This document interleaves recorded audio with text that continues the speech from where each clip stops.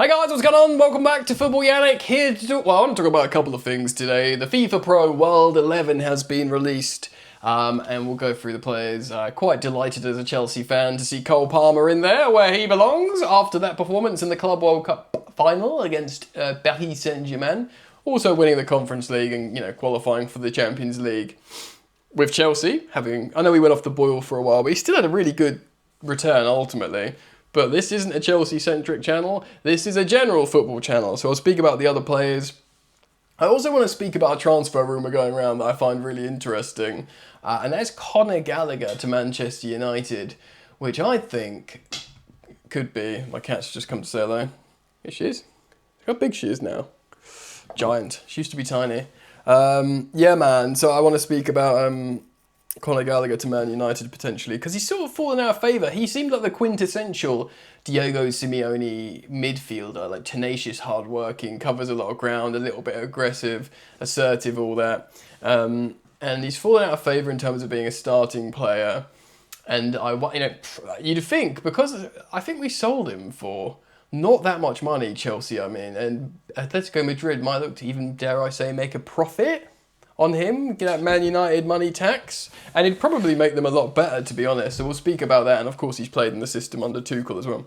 Welcome back. Thank you for joining me. If you do want to support the content, please do consider subscribing. I would eventually like to get to 20,000 subscribers.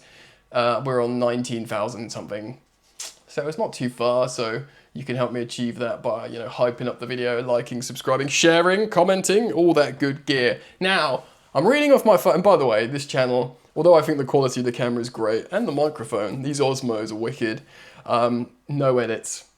Pure, raw, unfiltered Yan. Let's talk about the published FIFA Pro World 11 then, shall we?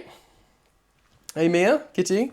In goal, rather unsurprisingly, it is quadruple winner, certainly, or treble winner, Gianluigi Donnarumma in goal, now of course of Manchester City, and doing rather well for Manchester City. That whole... he's not going to do it well for Pep because he can't kick the ball that well. He seemed to just come in and be like, I'm a really good goalkeeper, don't worry about it. So that's interesting. There is a lot of PSG players in here, actually, because of the situation with them winning all the trophies and reaching the Club World Cup final. That is an achievement, even if you get slapped by Chelsea in the final. It's an achievement to get to the final. So it's a 3-4-3 that makes no sense whatsoever, and you'll understand why, but I guess they ostensibly chose 3 defenders, 4 midfielders, and then 3 forwards. There's a few players here that could be in different positions, but I kind of get it. So it's a back 3 of Virgil van Dijk. Fine, he won the Premier League, high-profile player. Maybe on the wane now, but certainly last season he was very, very good. Flanked by both the fullbacks of Paris Saint-Germain, Hakimi and Mendes, or Mensch, I don't know, I never really know of this Portuguese pronunciation. That is a very attacking back 3. Usually you have 3 centre-backs, not 1 centre-back who's in his mid-30s and can't have that much mobility anymore, flanked by very flying and attacking fullbacks. And like I said, it's just a way to get these players in. So Hakimi, Van Dijk, Mendes completes the back 3. Now, there's no wing-backs here. There is 4 midfielders. So the width here is not being held by any of these, man. You could say Cole Palmer. So Cole Palmer is right mid. It's a midfield pivot of Jude Bellingham and Pedri, which I don't think people would disagree too much, especially as apparently holding wide left is Vitinha. So if you just talk about the names in isolation, Vitinha, Pedri, Bellingham and Palmer, maybe there's an argument that Bellingham's fallen off a little bit, and instead of Bellingham it should have been like Fabian Ruiz, or maybe a Gravenberch in there for all his Premier League importance winning stuff, but generally the names are there. I think Cole Palmer's deserved just because of his individual numbers, top 4 Conference League, and the Club World Cup. Really the Club World Cup is the needed cherry on this cake to get him in here, because he had such an amazing, because he won Player of the Tournament in the Club World Cup, he won Man of the Match in the final in a high-profile affair against, the likes where he was being put up against the Ballon d'Or winner, Ousmane Dembele, and it was the Cole Palmer show. So really it was that kind of performance that did it for him. And to be honest, the front three you can't really argue with. It's Lamine Yamal, duh. It's Ousmane Dembele, duh. And it's Kylian Mbappe, who scored so many goals for Real Madrid last season. So you can't really argue with that. I mean, obviously Harry Kane had an incredible goal-scoring season with Bayern, won the Bundesliga. Kane, there's a couple of people like Harry Kane. I'm sure you'll, comment down below who you think have missed out. But the players that are in there, some PSG fans will be annoyed that Kvaratskhelia isn't in there because he was really good, wasn't he? But they only bought him in January. But then again, he's technically got Scudetto and Liga winning medals as well as the Champions League. So yeah, this is nothing to do with the club. This is to do with the player. So there's actually a very strong case for Kvaratskhelia. But yeah, I think ultimately you look at those players and you think fair enough. But yeah, that's a sort of footballing story I wanted to reflect on. Also, I did want to speak. Guys, the formatting on this channel is so loose, and some people actually prefer that, so I'm going to go with it. I did want to speak about this story, Conor Gallagher to Manchester United, because they're considering different midfielders. Of course, they were heavily linked with Carlos Baleba. I wonder if the Gallagher link is for January to bolster their season, because Man United are on the turn in a good way. Yeah, that freaking old rusty tanker is turning around. Now, they did come undone in terms of a winning streak with Sean Dyche's Forest, who played well. But they didn't play badly, Man United, and they had 3 wins before that. It's 4 unbeaten. They don't have any European football, so they have plenty of time on the training pitch now.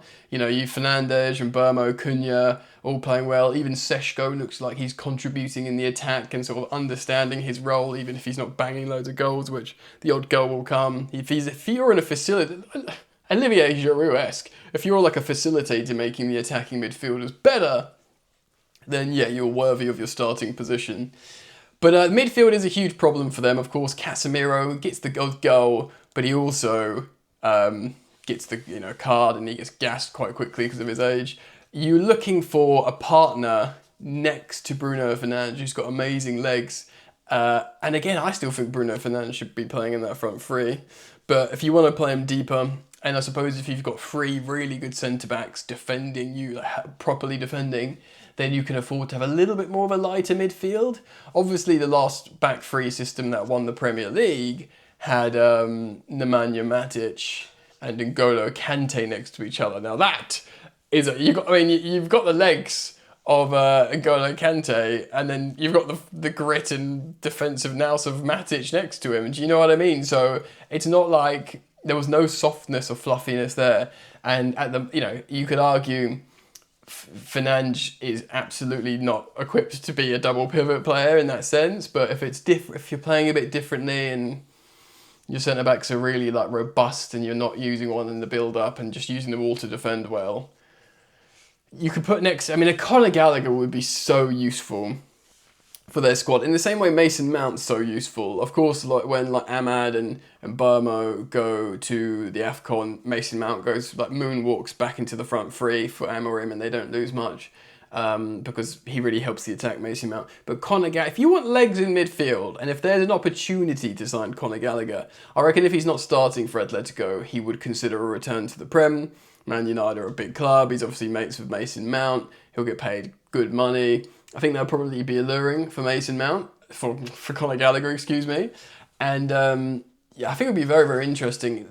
Obviously, the ultimate target for Man United in the midfield would be Carlos Baleba, because he'd bring that sort of, if we're using Chelsea lens, Kante, Caicedo, he's that kind of player, that sort of destructive central defensive midfielder that can protect Fernandes and let him cook. Gallagher isn't so much. Gallagher will press and offer way more legs. He does have the odd goal. I think he'd offer a lot more to build up than Casemiro does in terms of just really aggressively getting the ball back and playing it forwards. But he's not, Conor Gallagher isn't a central defensive midfielder, though I do think he would represent an excellent signing for Man United. And I think quietly, if they get him in, if they get someone else in January, the more development, Man United, I don't want to say they're back, in the words of Rio Ferdinand, but they could be doing bits. So I wanted to talk about that, and I've done it. Let me know your thoughts, comment down below. Thank you for liking and subscribing, and I hope to see you back here soon. Peace.